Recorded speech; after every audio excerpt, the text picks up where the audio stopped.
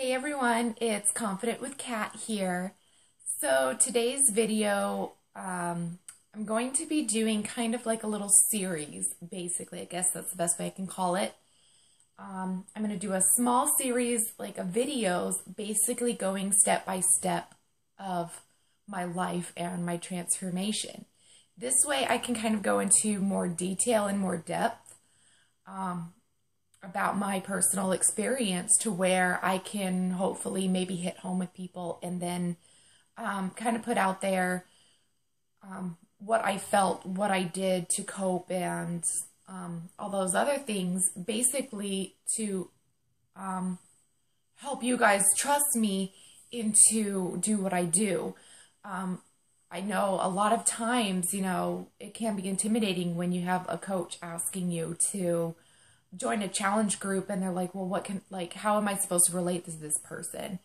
And it's very important for me to get a little bit more on a personal level with my challengers and to show them that they can trust me to be there for them. Even though I'm not there in person, I want them to trust me that I am going to help them no matter what it takes, no matter where I am in the country. Because for me, it is so important that everyone has that support and the motivation that they need to overcome any obstacle in their life. And not everybody gets that. Not everybody gets that support. And of course, a lot of people don't get it because the people that want to give it to them, they don't fully trust. So I'm hoping that a lot of things that I talk about, can kind of hit home and be like, okay, wow, I totally get what she's saying. Well, and then maybe I can get contacted and I can help more people to change and better their lives the way they want to. That's what I do as a Beachbody coach. I do what I can to help change and save lives as mine was changed and saved, and also it's just so important to show that even though I'm a coach, I'm not perfect. I still have my weak areas physically and mentally, and, we're all human beings. We're all real. So that's what is so important for me to kind of show you and kind of go into more depth of basically my mind, the best way that I can describe it. So this first video is going to be the very beginning. The start of my issues, the start of my weight issues, my body dysmorphic syndrome, basically my entire feeling of being different. And it started at a very, very young age. I started having appearance issues and friendship clique issues when I was in elementary school. It was very different for me. I am originally from Alabama, and as a child, religion was really not talked about.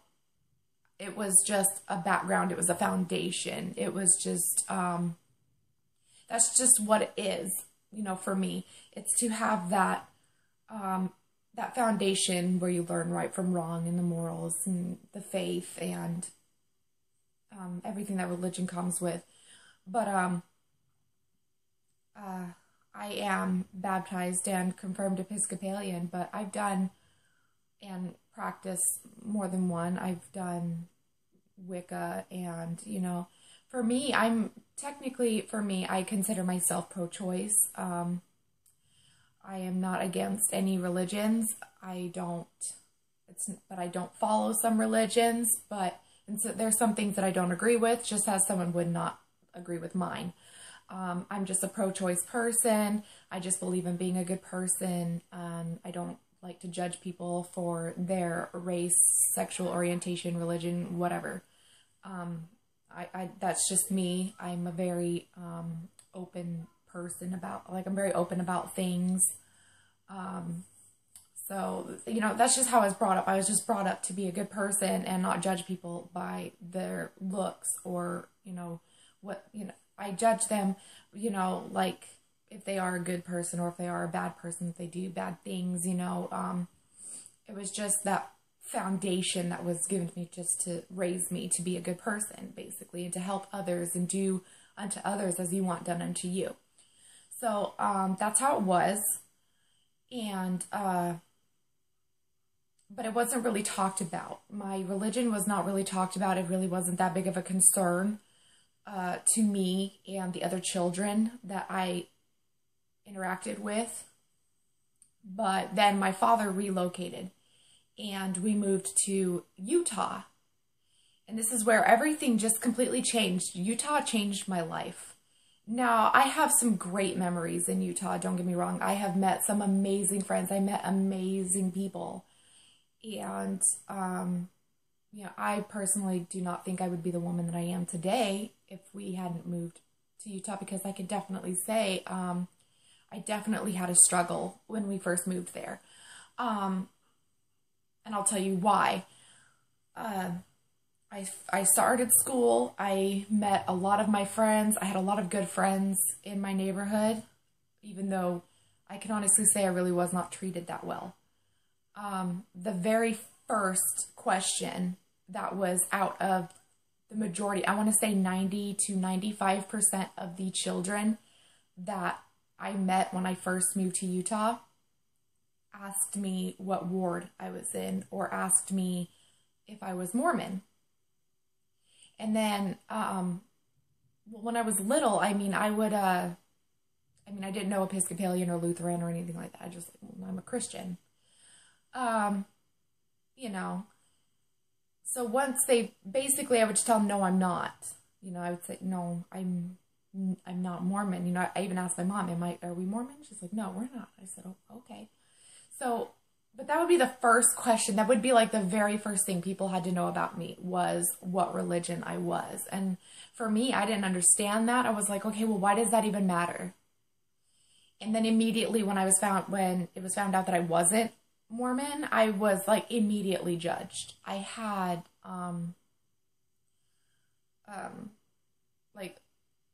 I did make friends with the people in my neighborhood. I played with them all the time. But it was very hard for me at first to, basically play with them because, I was kind of judged by the fact that I wasn't Mormon. And to me personally, as a child, I felt rejected.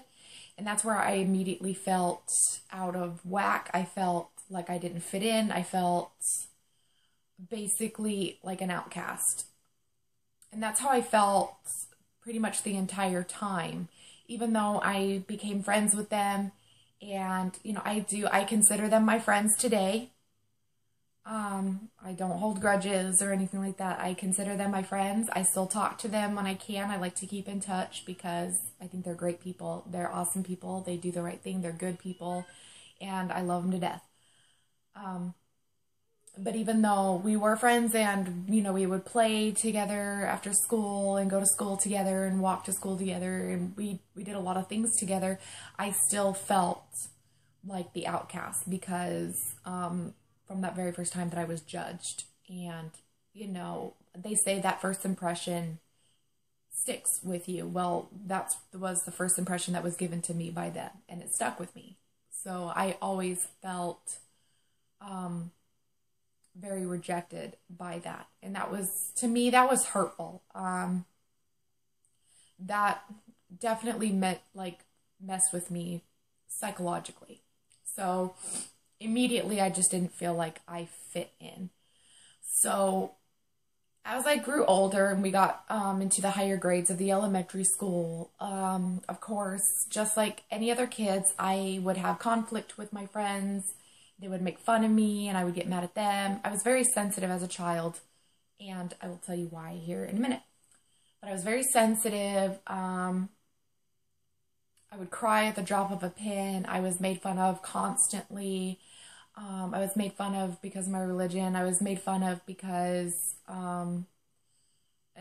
get this, I was made fun of because of my weight. I actually had quite a few children comment me on my weight because I was so tall. I was taller than all the other kids. I think I was one of the tallest kids in the elementary school. Me and maybe one or two other people were the tallest. females, actually, females. I mean, there was a couple of boys that were getting there, maybe about as tall as me, but I think so far, like, I was one of the tallest kids in school. And of course, I was called fat. Even though I from what I was told, I was very, very skinny, but this was when my body dysmorphic syndrome started because I didn't feel skinny. Because of course I had people constantly in my ear telling me that I was fat. So because I was tall, I felt big. And eventually, I want to say it was around third or fourth grade, my teachers were very, very concerned about me because I wasn't really able to focus. I was having learning issues. I couldn't sit still for anything. I was very sensitive. I was crying about everything. I let everything that people told me and did to me get to me personally. So immediately I was thought to have had ADHD. So my parents took me to the doctor and did some blood tests, and it turns out that I had hyperthyroidism, meaning that your thyroid is overactive. It can be enlarged. It's basically the TSH levels were high. I think the normal TSH levels that I was supposed to be at was like 170, 175 from what I was told.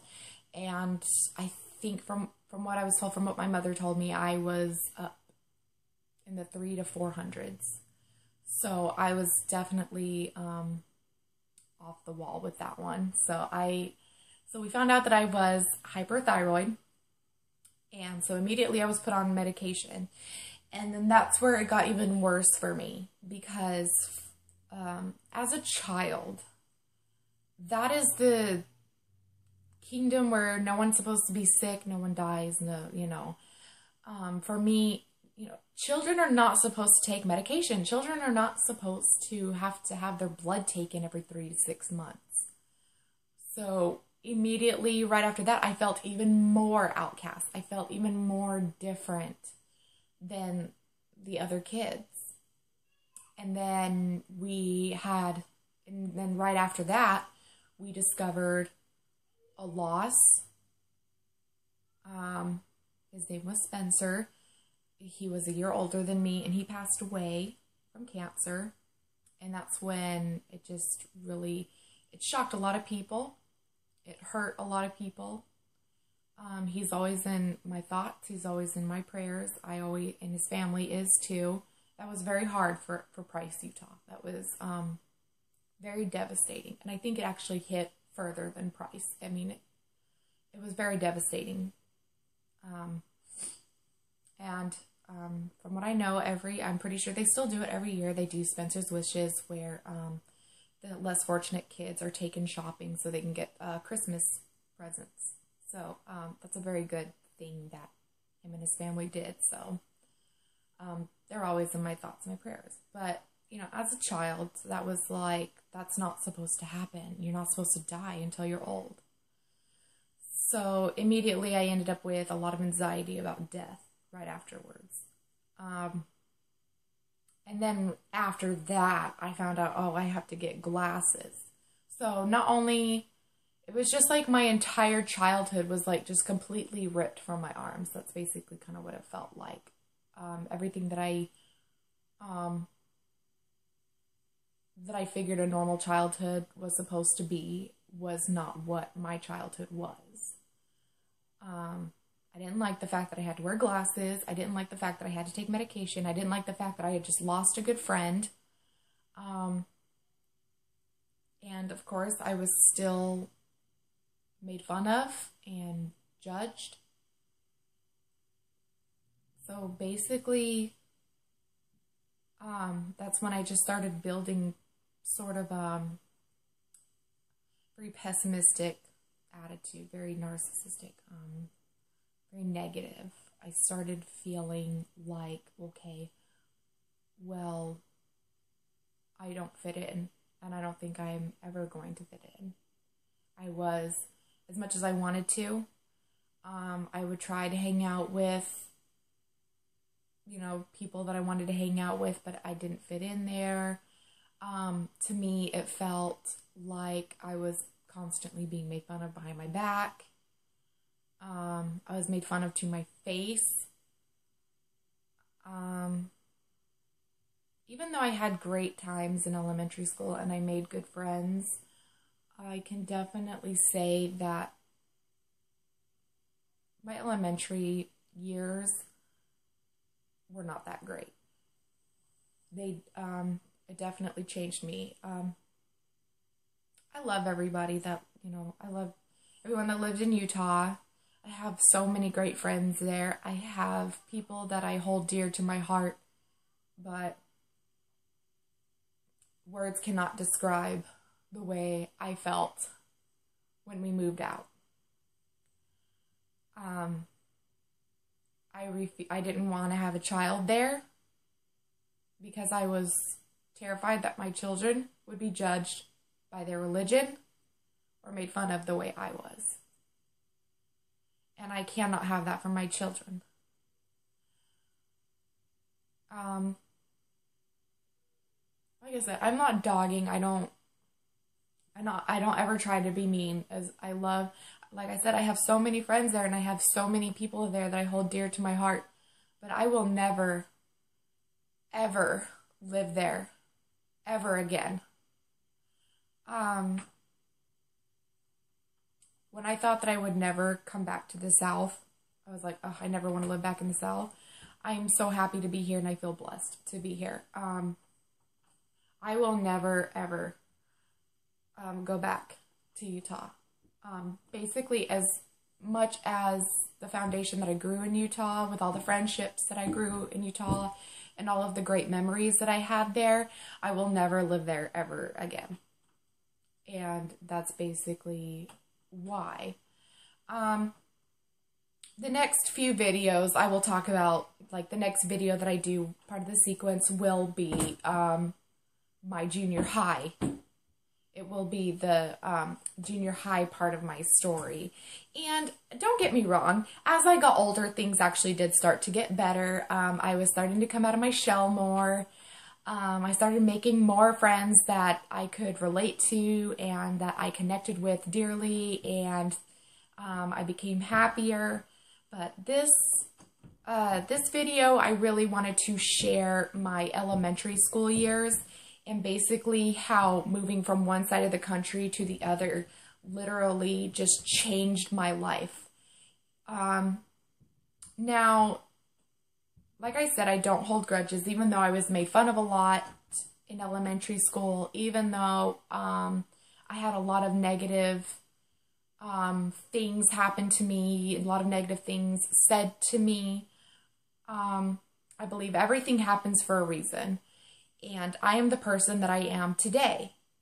And don't get all the people that I actually, and it's funny, not too long ago, it was in high school, I actually talked with a lot of the kids that I lived in the neighborhood with, and a lot of them that actually made fun of me, and you know, and they actually admitted to me, they're like, yeah, when I first met you, I really didn't like you.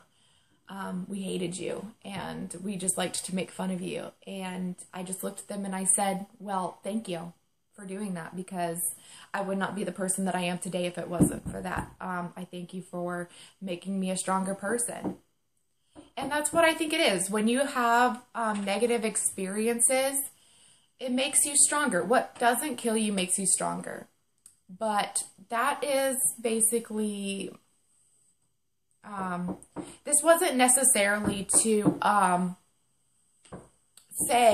not necessarily say all of my negative experiences. It was mainly just to show everything that I went through that started my whole appearance and weight issue and my body dysmorphic syndrome. As you guys can hear, my son is knocking. I'm going to pause. I might have to pause here in a minute. Maybe not. I have to share my experience with you guys to show that your words and your actions towards people can really affect them more than you think it will. It can really leave some nasty scars that takes years and years and years to heal. And from the moment that I felt rejected and outcast, that's when my appearance issues started. That's when my body dysmorphic syndrome started. My weight issues started. Basically, that when I talk about foundation, that was my foundation. That was what started it. And then after that, it just built. It just grew and grew and grew and grew and grew as I got older. But like I said, that's something that you guys have to wait for. This is a series of video where I am talking about each step, each part of my life in detail, all coming up to the very last video, which will be the video where I changed my life for the better, where I used every negative thing that I had ever gone through to make me who I am today, where I decided I didn't want to be broken anymore from everything that happened to me. I wanted to be made. So that's the point of this video, is to show you in detail, in depth, every stepping stone of my life that caused me to be who I am today. And for me to show you how I was able to overcome these obstacles and become a positive person and be able to let go of all the negativity that happened to me in my life. So, so there you have it. There is the elementary stepping stone of my life. Next video will be the junior high stepping stone. And then the next video will be the high school. And then the next video will be after graduation. And as you guys know, if you have seen my very first video that I've ever done, it was after graduation where everything really hit rock bottom, started to hit rock bottom for me. That's when the eating disorder and everything started. But you have to stay tuned for that, okay? So there you have it, my elementary experience of everything that, like, just how it all started. And before I close this video, I want everyone to know, especially everyone in Utah, you're all still my friends. I still love you all to pieces. So, I don't hold grudges. I don't, I decided to let go. And I am actually I'm hoping, I'm planning one day I'm going to get out there to visit everybody, because I miss you all over there. I can't wait to see you all again. But right now, with circumstances, with the military, we neither have the time to do it, and sometimes when we have the money, we don't have the time, or when we have the time, we don't have the money. Life gets in the way. But I'm hoping to get out there and see everyone, hopefully soon. So there you have it, part 1 of my journey. Stay tuned next week for part 2. This was Confident with Kat. You all stay fit, stay healthy, and stay confident.